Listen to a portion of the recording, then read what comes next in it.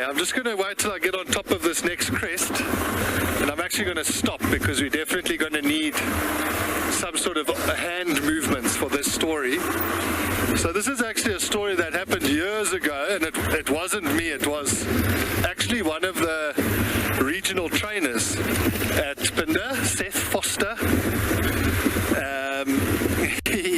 He was busy guiding guests, and the sun had just kind of set, and they were busy driving, and they saw a pride of lions, and they saw that the lions were busy stalking something,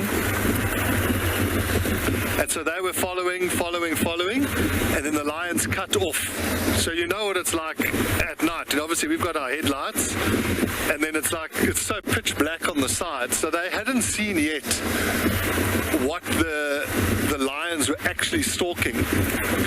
And sort of protocol is you put the vehicle into low range when you go off-road, and he said to the guests, listen, we're going to go off, just be careful of branches, look sharp because there might be a bit of action here. And the guests were also excited. They said, yes, get us in there, Seth, we want to be in the action.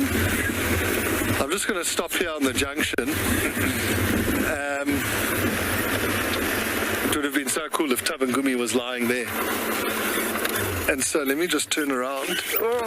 So Seth took them into the sort of off-road. They started driving in, and all of a sudden they just heard crashing, and they looked up and there was a giraffe running towards them. So it would have been from this side. Imagine a huge giraffe. So the tracker put the spotlight down because he didn't want to give it a fright, and now the lions are running behind and it's running straight towards them.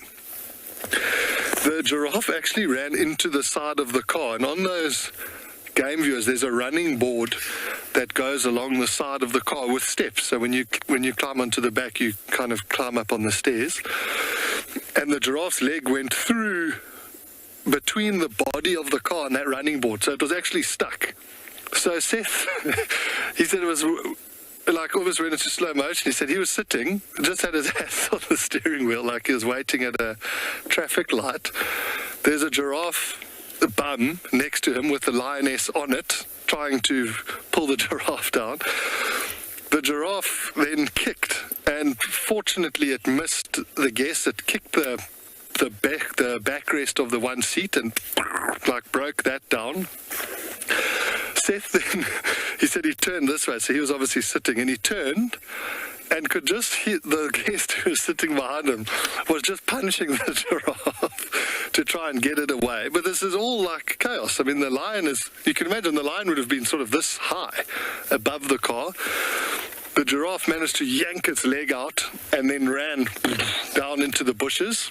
Seth said there was a moment of silence. He turned around and said, is everybody okay? And everyone said yes, yes, yes. And he said, should we follow? And they were like, yes, let's follow it. But the giraffe did get away. The lions were unsuccessful, so it ended well for the giraffe. But those guests had such a hectic experience. The lady who was punching the giraffe, she actually broke a bone in her hand.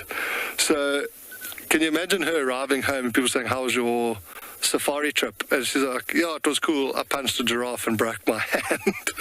I think people might have thought she was eating too many things behind the scenes. But that is one of the most epic giraffe stories I've heard of.